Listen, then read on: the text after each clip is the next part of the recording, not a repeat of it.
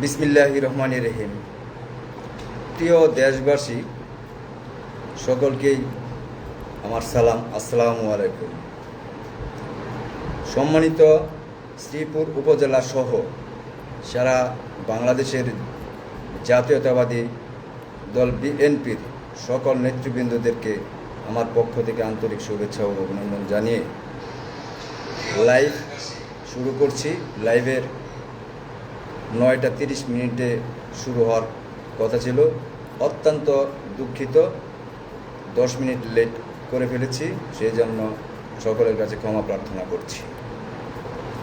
আমি আজকেই ফেসবুক লাইভে আসছি, প্রথম বাধ্য হয়ে আসতে হয়েছে।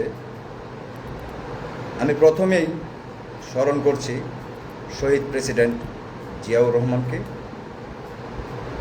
স্মরণ করছি আমাদের দেশমাতা, গণতন্ত্রের মা, বাংলাদেশের 20 কোটি মানুষের প্রাণ,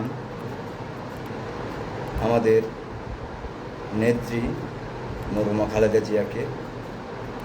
তারপরে স্মরণ করছি আমাদের প্রিয় নেতা, যিনি এই বাংলাদেশের প্রত্যেকটা মানুষের জন্য 17 বছর বিদেশে কষ্ট করে এই বাংলাদেশে আবারও গণতন্ত্র ফিরিয়ে এনেছেন, আমাদের ভোটাধিকার ফিরিয়ে এনেছেন, সকলকে বাক স্বাধীনতা ফিরিয়ে দিয়েছেন সেই মহান নেতা দেশনায়ক তারেক রহমানকে। আমাদের গাজীপুর 3 জননেতা অধ্যাপক ডাক্তার রফিকুল ইসলাম বাচ্চু ভাই সহ শ্রীপুর উপজেলা বিএনপির সকল নেতৃবৃন্দ সহ আবারও সারা বাংলাদেশের জাতীয়তাবাদী দলের সকল নেতৃবৃন্দকে আমার পক্ষ থেকে আন্তরিক শুভেচ্ছা। আমি রাজনৈতিক বিষয়ে একটু কথা বলবো। আমার কথায় যদি কোনো ধরনের ভুল হয় তবে অবশ্যই আমাকে ক্ষমা সুন্দর দৃষ্টিতে দেখবেন, সেই সাথে আমাকে ক্ষমা করবেন। আমি প্রথমেই বলতে চাই, ইতিমধ্যে আমাদের গাজীপুর 3 প্রাণপ্রিয় নেতা, মা মাটির মানুষের নেতা, আমাদের গাজীপুরের 3-এর সর্বসাধারণের প্রিয় নেতা, এখানে শুধু বিএনপির নেতৃবৃন্দই নয়, সাধারণ জনগণ থেকে শুরু করে সকলের আস্থাভাজন আমাদের নেতা, আমার নেতা ডাক্তার রফিকুল ইসলাম বাচ্চু ভাইকে নিয়ে গাজীপুর জেলা ছাত্রলীগের সাধারণ সম্পাদক নাসির মোড়ল যে কুরুচিপূর্ণ বক্তব্য দিয়েছেন তা অত্যন্ত ব্যথিত করেছে আমাকে। সেই সাথে কোনো রাজনৈতিক দলের কর্মীর, একজন সিনিয়র নেতা, একজন সম্মানী মানুষকে যেভাবে কুরুচিপূর্ণভাবে কথা বলেছে, আমি তার নিন্দা জানাচ্ছি। সেই সাথে আপনারা ভুলে যাবেন না, গত 17 বছর আপনারা এই আওয়ামী লীগ, ফ্যাসিস্টের আওয়ামী লীগ যেভাবে সারা বাংলাদেশের মানুষের উপর অন্যায় অত্যাচার করেছেন, গুম খুন হত্যা থেকে শুরু করে এমন কোনো অপরাধ নেই যা এই আওয়ামী লীগ করেনি।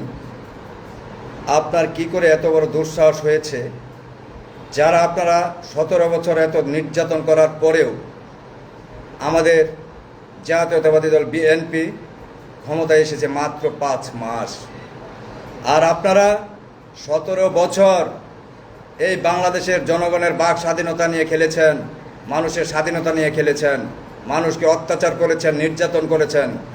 এমন কোনো অপরাধ নাই, অপকর্ম নাই করেন নাই।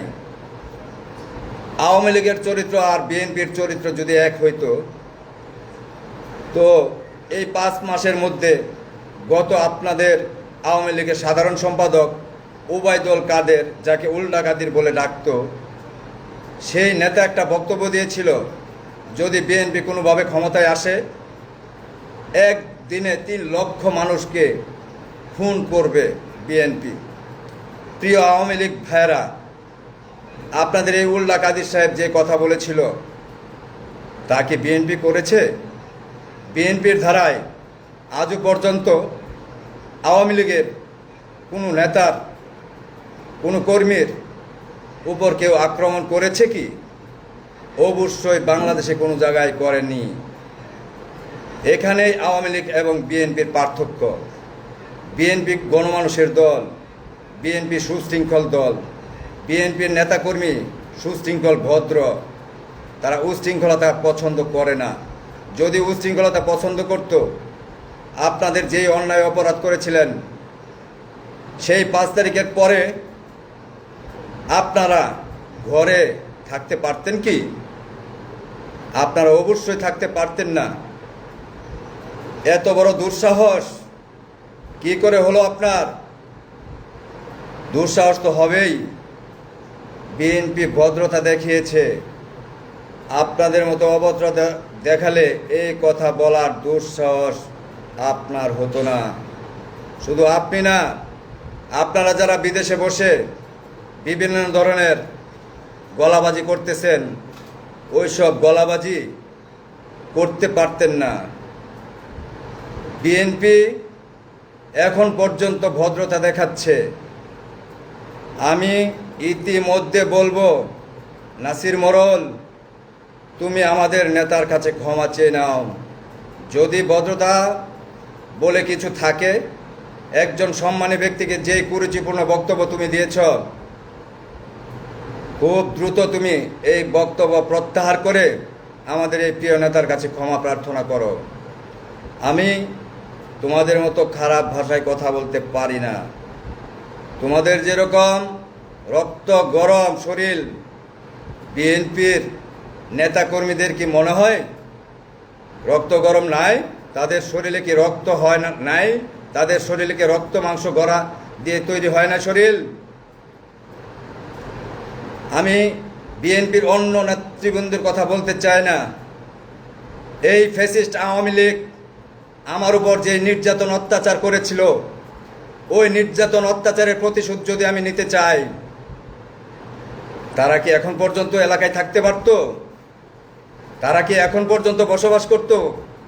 এখন পর্যন্ত কি সারা দেশে সব জায়গায় ব্যবসা প্রতিষ্ঠান সুশৃঙ্খলভাবে যেভাবে মিলেমিশে বিএনপির নেতৃবৃন্দ সহ সকলের সাথে মিলেমিশে যেভাবে আমরা চলার চেষ্টা করি, আদৌ কি ওই ফ্যাসিস্ট আওয়ামী লীগের তোমরা যারা উশৃঙ্খলতা শ্রেণীর কিছু আওয়ামী লীগ আছো করেছো? করো নাই। তারপরেও বক্তব্য দিচ্ছ বিএনপির এই করে ফেলবা, বিএনপির সেই করে ফেলবা। আর মিয়া শোনো, তোমাকে আমি ভালো করে বলে দিচ্ছি, আমার নাম শরীফ সরকার। আমিও একজন বিএনপির কর্মী। আমি যদি উশৃঙ্খলতা পছন্দ করতাম এবং উশৃঙ্খলা দেখাতে চাই, প্রথমে আমার যে বাম পায়ে বিনা অপরাধে আঘাত করে আমার পা ভেঙেছিল, এতক্ষণ তার 2টা পা উপরে ঝুলা থাকার কথা ছিল। আমি ওই সবের মধ্যে যেতে চাই না। আমি বিশৃঙ্খলতা, উশৃঙ্খলতা এগুলো আমি পছন্দ করি না। এগুলি দিয়ে জীবন চলে না। দেশের মানুষ, এই দেশেই আমরা বসবাস করব, এই দেশের মানুষের সাথে আমরা বসবাস করব। আমি কারো সাথে ঝগড়া ফ্যাসাদে জড়াতে চাই না। তারপরেও যদি কেউ পায়ে পাড়া দিয়ে এসে ঝগড়া করতে চায়, আমি শরীফ সরকার কিন্তু ছেড়ে দেব না। আমি আবারও বলছি, আমি শরীফ সরকার পায়ে পাড়া দিয়ে এসে ঝগড়া করতে চাইলে আমি ছাড়ব না। এই বিএনপির নেতৃবৃন্দ যে অন্যায় অত্যাচার সহ্য করে এখনো বসে আছে, এখন পর্যন্ত ওই আওয়ামী লীগ দ্বারাই, ওই ফ্যাসিস্ট আওয়ামী লীগের লোকজন দ্বারাই এখন পর্যন্ত অত্যাচারিত হচ্ছে। শুধু আমাদের গাজীপুর, শ্রীপুরে নয়, এইরকম সারা বাংলাদেশে প্রত্যেকটা থানায়, প্রত্যেকটা উপজেলায় এই আওয়ামী লীগ, যুবলীগ, ছাত্রলীগ যে ভাষায় তোমরা এখনো কথা বলতেছো,